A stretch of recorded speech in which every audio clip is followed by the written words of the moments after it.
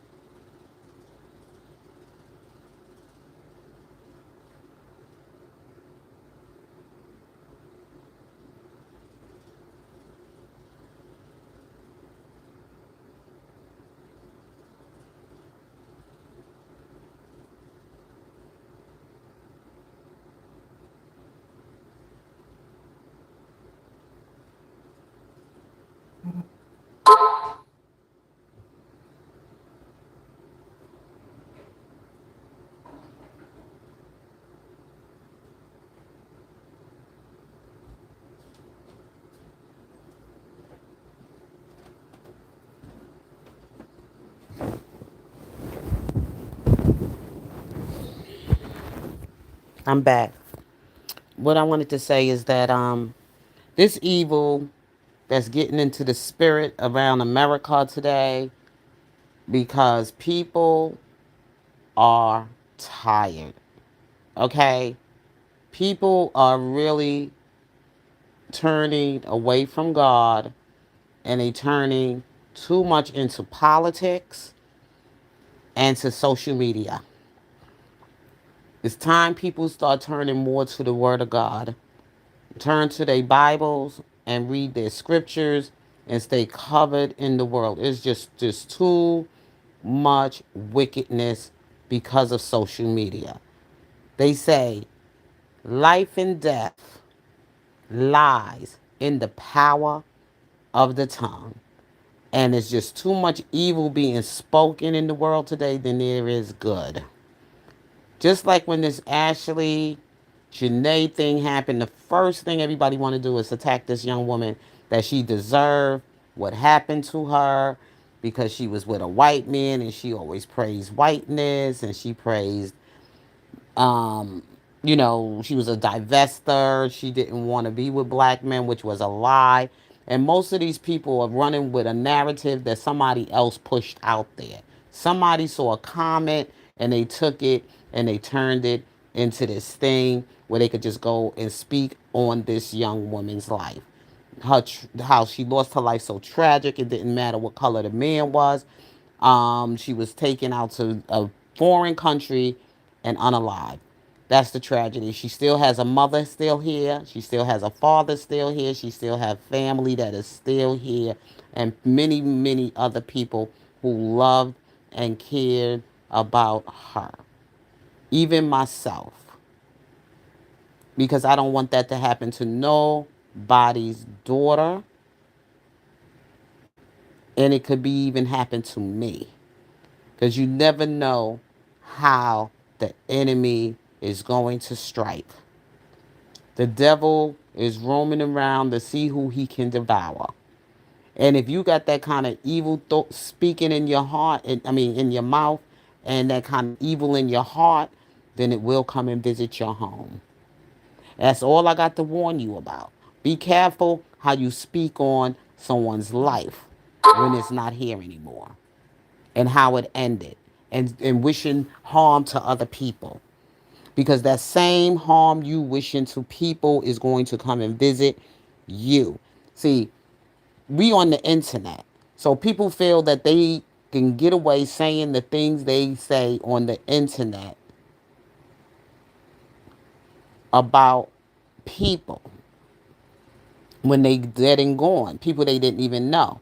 Now today I had an incident that happened with one of my phones, and I made the phone payment, but they didn't tell me about some add-ons or whatever, which I thought was kind of weird. And here I am trying to get help and trying to get a refund, and I've been using the AT&T services for forever. I mean, AT&T, I've been using AT&T for almost over 20 years. Over 20 years. And you mean to tell me they couldn't be kind enough to say, "Oh, you made the payment. We're going to refund you your money because your phone ain't working right." The phone is dead. My SIM card is dead in my phone. So I'm not going to be able to use the phone anyway because the SIM card is dead. I got to get a new phone. But right now I cannot afford to go buy a new phone. So I told them, could they please refund me my money? They gonna tell me, oh, they're gonna give me a hard time. Oh, we don't do refunds. And guess who the people I'm speaking to on the phone? They from India. India. I asked the woman. I said, "Are you from India?" "Oh, no, no, no." These are some nasty ass people. Okay, and I really wish we can go back to the way things used to be with the phone operators. Like you got a call, and the phone operator can direct your call, and you can actually speak with live people and get away from AI and automation and technology, because this stuff is sickening. They don't have no feelings about anything. All they care about is getting the money and don't care about how they treat their customers. I've been a customer serving AT&T for over 20 something years, and this is how I've been treated. I try to call the what you call it of the company. I try to look up. I said, you know what? I am going to put out a class action suit against AT&T, and I really truly believe now cell phones need to be. We need to go back to pay phones, and we need to go back to landlines. That's what we need to do, because people are losing touch with humanity. They are losing touch with humanity. And of course, they were from India. And I don't like those people. And I tell people all the time I don't like them. I don't like them. I don't like the way they come with the way they are from where they from. America, we shouldn't have to welcome everybody here that comes to America with their different religion and their different cultures and their different ideas. I don't care.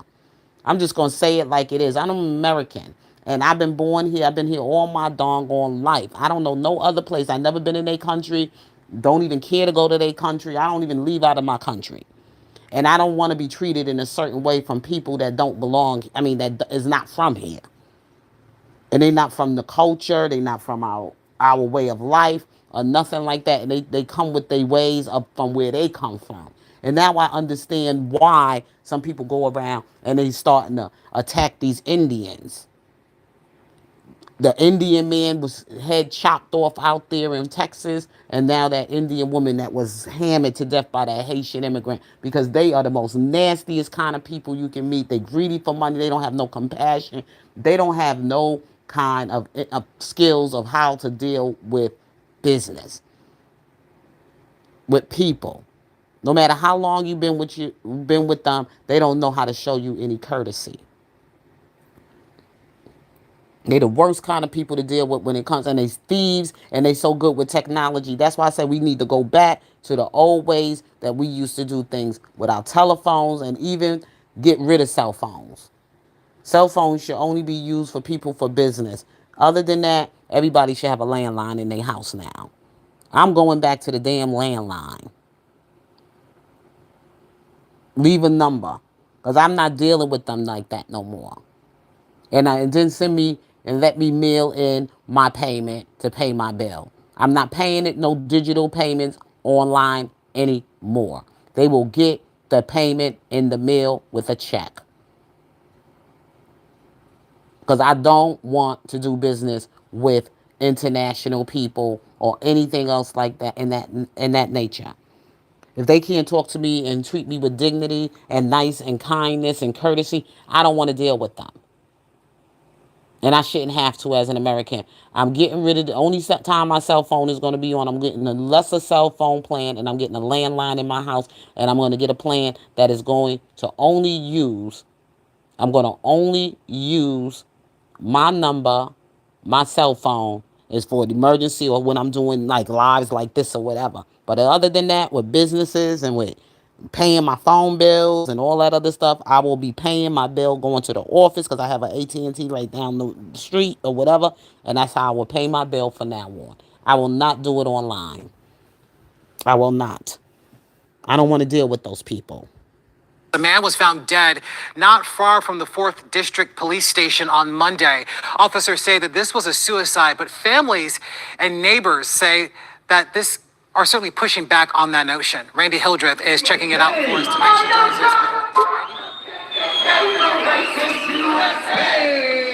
Yeah, good evening to you, Larry. So here's the thing. This rally started at the 4th District or 40 precinct down the street. I want to whip the camera around this way so that you can see that this transformed from a rally to now a march down Georgia Avenue. And the crowd has certainly grown. Started at about 20 people, but you can see it's well more than that. And as you mentioned, the crowd is concerned about the death of a 19-year-old man and how it is being investigated. Sadly, he was found hanging from a tree limb Monday, a few blocks from the 4D precinct. Now, MPD is awaiting a medical examiner's report, but said it's investigating this as a suicide. Now, WUSA 9 did get a chance to speak with the young man's family today, who said that he has struggled, but they want another look into this investigation because they say that even though he struggled with certain things, he did contact his family when he was going through things. I want to show you again just a live look of this rally and this now march.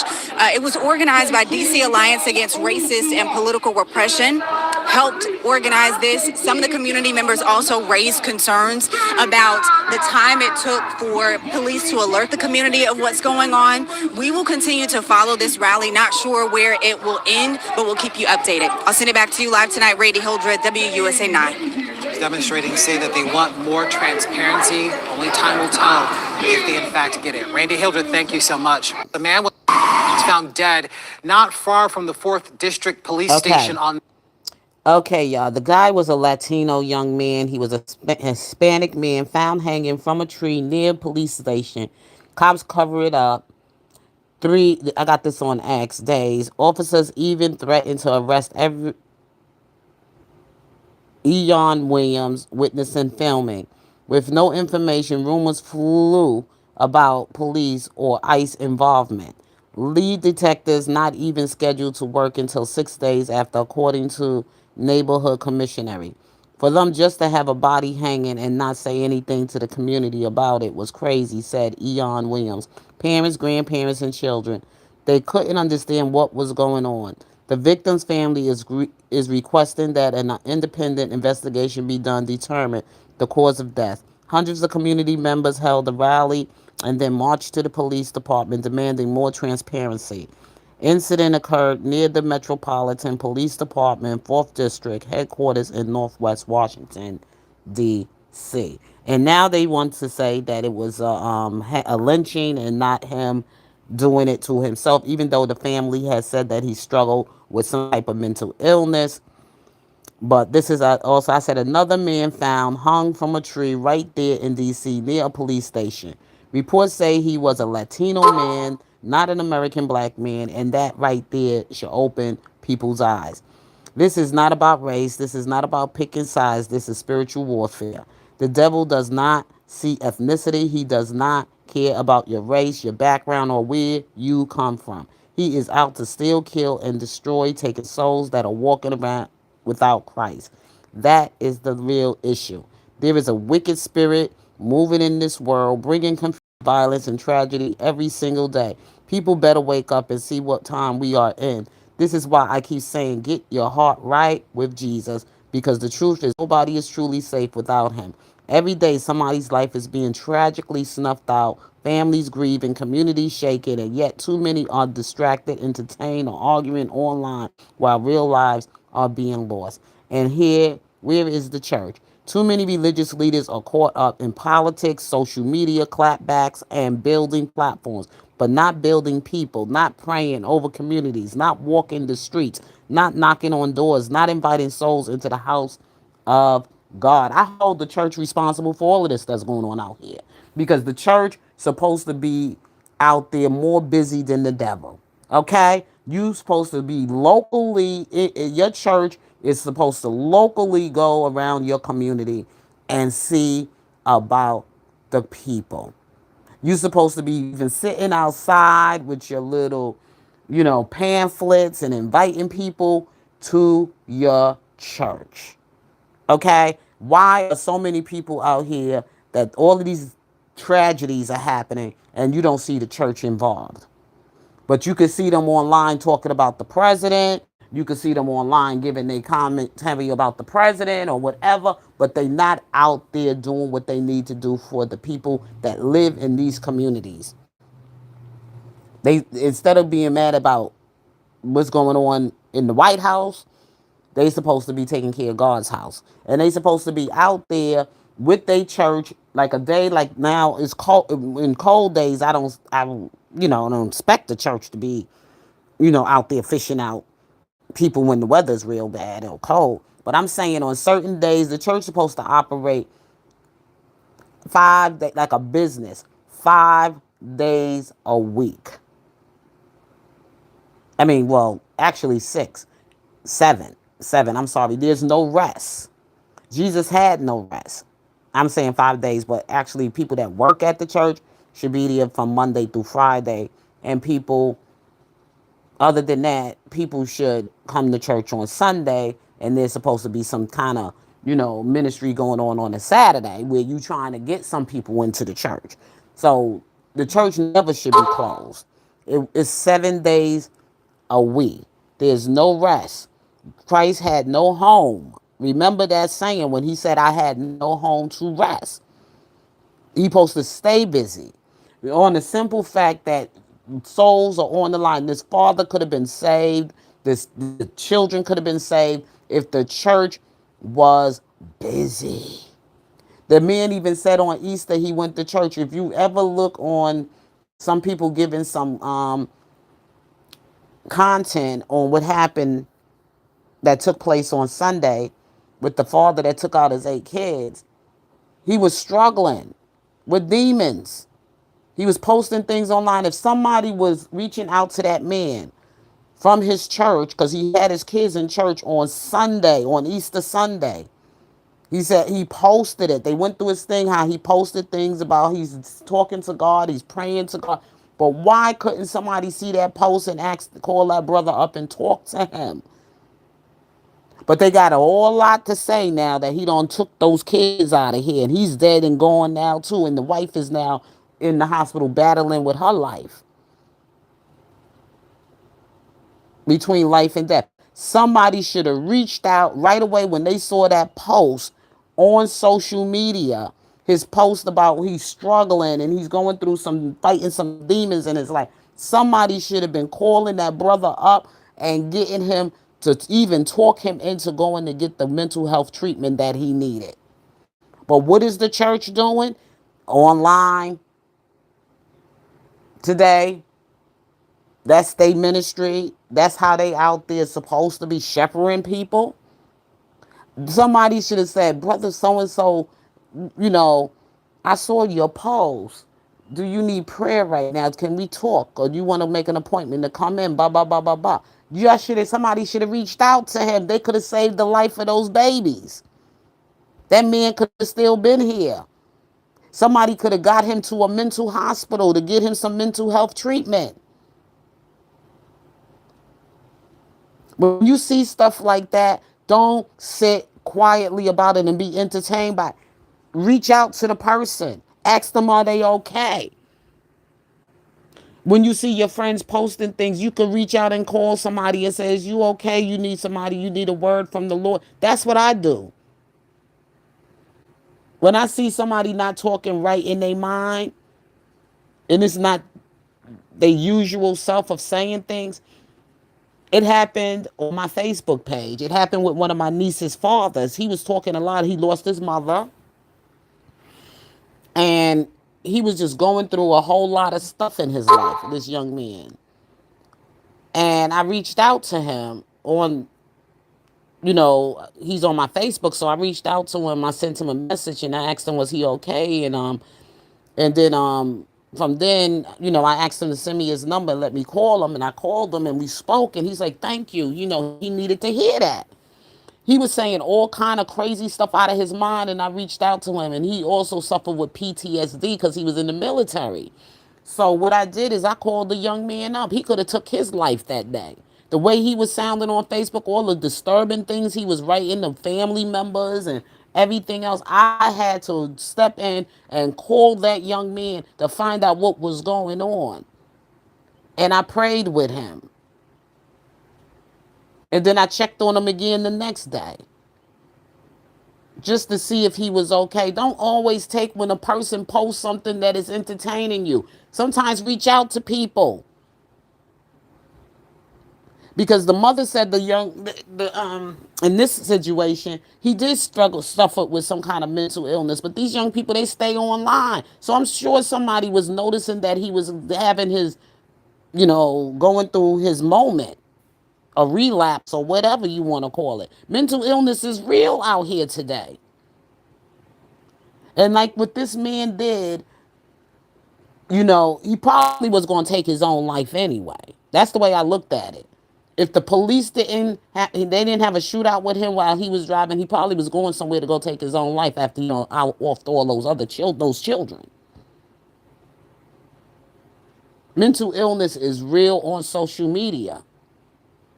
People look at everything as something for entertainment. I'm trying to bring awareness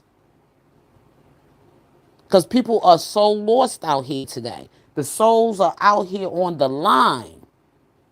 Every time you turn on your TV or you're listening to the radio, somebody either talking about somebody else's life and then other people business about their relationships and their marriage program. Who cares about that stuff? As long as they ain't calling you, they online with their family, they business all the time. Why don't they join? They go find themselves a counselor in the church or go get some marriage counseling offline.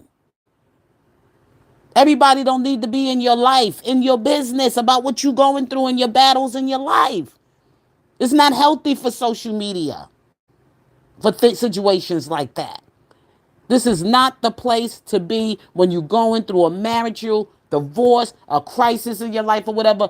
Reach out to some mental health crisis or wherever.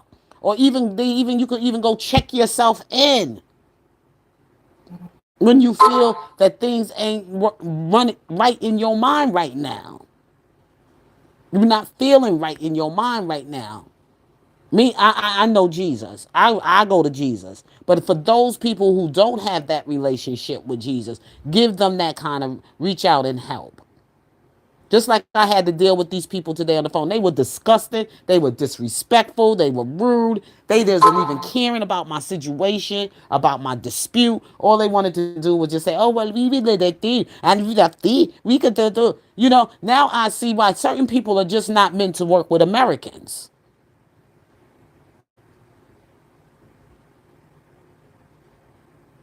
Because they come with their way from their life, from the way they came from their country. They don't know Jesus the way we do, especially for black Americans. And I'm just going to say it like I say it. Those Indians are disrespectful. And it seems like they taking over America because they buying up every goddamn thing in America. You go to the liquor store, you go in the smoke shop, you go to the gas station, even fucking Popeyes. It's disgusting. They all over the goddamn place. And ain't nobody doing nothing to them. Why? They even want to be all up in our fucking government and our politics. Wake up, America. I'm going back to a damn landline. And I'll make my payments on my bills and everything walking inside the store to see an attendant to make the payment. Because I don't want to deal with them motherfuckers online. Because they don't know how to speak English and I don't understand what they be saying and they don't know how to treat people right. And they don't have no courtesy. They don't know Jesus. Send their ass back to India too. And America need to cut off allies with them. Stop doing business with them till they learn how to do the real American way. Well, anyway, y'all, I just wanted to bring y'all some awareness. I left the post on my wall. You can go read it for yourself, and we'll get back with you later because I gotta, finish doing what I'm doing and everything. I had to reschedule my because we got back here from having breakfast. We got back here too late. Well, I knew I was running late because I was so waiting for my food and everything because we kind of went left late for breakfast. So waiting for my food and everything kind of, stalled my time. So I had to reschedule for tomorrow with my interview. Okay. So with that being said, you all have a blessed and wonderful day and just be safe. Just be safe out here. And if you having some kind of crisis right now, you're going through something, depression, whatever, please find yourself to a church or to some place where you can talk to somebody or get some help at the mental health crisis centers, um, at the hospital, your local hospital or whatever. Just tell them you having a mental health crisis and you need someone right now. You need some help right now. Okay, so that's the best I can say to people to get the help they need because people out here are suffering. The church should be out there like they should. They should be sitting out there with pamphlets, or they should be sitting with pamphlets and have the door open for people to come in for prayer, people to come in for help. You're not supposed to lock the people out. Jesus went out to the people. He did not sit up in the upper room. Okay? He only went there when he sat behind to do business with his disciples and teach with his disciples. But other than that, most of his work spent out with the people. To see people, walk to people, talk to people, healing people. That's how we supposed to be as Christians. Everybody, the pastors today, they just not doing what they supposed to be doing. They just want to be there just to look good and have the title and whatever. But they supposed to really be trying to build a personal relationship with you. Really supposed to be going out there to reach out to the community and to the local community, not just taking trips to go to conferences and all that stuff. How you going to conferences and you doing all of this other stuff, but you ain't really doing nothing out there for the people? You're supposed to be having not just when back to school things. They supposed to be having events at that church just about it, especially during the summertime, especially during the time when this weather's like, this time of the year. This is the time of the year they supposed to have things in season. They supposed to be having things out there for the children, for the families, for the community, and everything else. They supposed to keep the community busy. They supposed to keep the community busy right here in my community, in the complex and where I live at and everything. They already got the signs and everything for the children to sign up for, summer camp at the church and summer events that's going to be at the church. You wanted your child to be on the softball team, baseball team, softball for the girls and baseball for the boys. And they have things going on over here where I'm at for the young people for the summer. They got things already reached out to the community. That's in the community where I live at. But I'm talking about those poor neighborhoods because I'm not in those that kind of neighborhood. But my church is. Okay. My church is in one of the inner city is in the inner city of Delaware in Wilmington, but I'm not in Wilmington. But when I go to church there because I service that community because basically my job was over close by over there, so and that's where my church is. So um, I used to always try to get people like I see them when I used to be going to work in the morning or taking the bus in the morning to go to my job in the morning and everything. I used to always stop and talk to somebody and invite them to my church. And I still invite people to my church. It don't matter where I'm at. I could be in the supermarket and I invite people to my church. I just go to the supermarket and I say, oh, yeah. And then I start talking to people and I be like, oh, and then, and, having a conversation with people. And sometimes I just invite them. If my church is having, especially when like my church is having things like our Women's Day season and stuff, I always try to invite somebody to church. I just invite them. My church is having blase blase. If you like, you could come and visit and fellowship with us on such and such a day. I just do that. I have a conversation with them, and they be like, "Oh, thank you." And I don't even. And it doesn't have anything to do with skin color. I invite you, whether you Latino, whether you black, white, whatever. If I have a conversation, I invite you to my church. I invite you and your family to my church. That's what I do. Sometimes I just invite people. Just like I've been telling people about the 250-year celebration and also the flag dedication of the flag. A lot of people are not social media. My husband ain't a social media person at all. I do the social media. He doesn't deal with social media. He doesn't like social media. And I know a lot of people like that. And they don't know what's really going on. So I sometimes give them, I got flyers. I made up my own flyers. And I tell them about the flag dedication day that is going to be on May 17th. If you want, do a barbecue, whatever. Because we know the month of May, I tell them about the 250th celebration of America and everything. And I've been, spreading the word out there to some people that just don't be on social media to come and celebrate, or watch the event on that day. The American, I go out and I talk to the people. I don't just sit in here and just be on here with y'all. I go out there and I actually interact with people. I like to interact with people. I'd rather be more up and personal with people than be online because then I get to feel your energy more. I get to feel you more. But anyway, I just wanted to share with you the awareness on mental illness. It was a lynching. Lynchings are not just only happening to black men today, it's happening to women. It's happening to anybody. It can happen to anybody. And this young man, they had to cut down that was struggling with mental illness, was only 19 years old. And they saying that he hung himself, which people don't believe that because of they need more transparency because it was a 50-year-old Latino man that was also hung in that same area. Go do your research. It was a 50-year-old. I'm not going to do it now because I got to run out of here. But I just wanted to bring that awareness to you. So don't think it can't happen to you. Don't think it can't happen to your brother, your mother, your sister. Just like what happened to this young lady, Ashley. People out here dragging her, saying all kind of stuff because of a narrative. And I'm like, they didn't even know her when she was alive. They never even knew this woman. So why you got to speak on her name when she's dead and gone? She can't even hear you. But still in all, you should show some, compassion and show some whatever because of the family. These total strangers, these people just online just dragging this woman name and this black woman doing it too. Like it can't happen to one of them. They got women being unalived by their own children. Man, the boy killed his own mother. We're going to talk about that. You don't know who the enemy is. You don't know when you can be attacked by the enemy. There's so many time. Most of the time, it is somebody close to you. So be careful about how you speak on this girl's death. Like this could not be you. It couldn't happen to you. It can't happen to you. Life and death lies in the power of the tongue.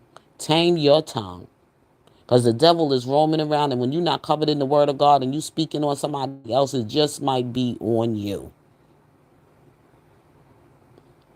That was a horrible thing to say. Sit around on your platform. And that's what's wrong with getting in people's spirit today is too much of this stuff on social media. The way people speak so hateful and so mean about people, even a dead woman. When somebody dies, instead of showing some compassion and and just offering their condolences and saying something kind and respect the family or whatever, they got to go out there and just shoot off with the mouth. Oh, that is somebody even posted. I took the post down talking about, oh, good, he took out the trash. Giving what's his name? I say, well, I don't see you because you hiding on YouTube saying it, but God sees you and He hears you and He knows your name and your address.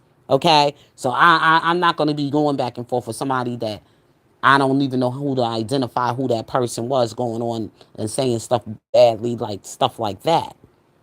Praising a man for taking a young lady's life out. That's nothing cute to be playing about. Like God can't see who you are and know who you are and send that devil right on you. So you be careful how you wishing harm on somebody and you praising somebody for dying the way this young lady had came to her, succumb to her death.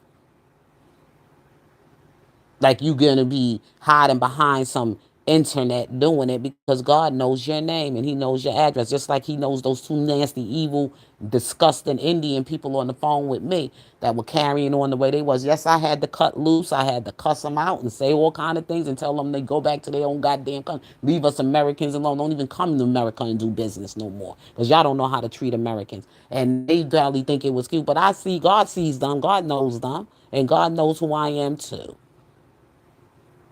Well, anyway, gotta go. God bless you. Love you.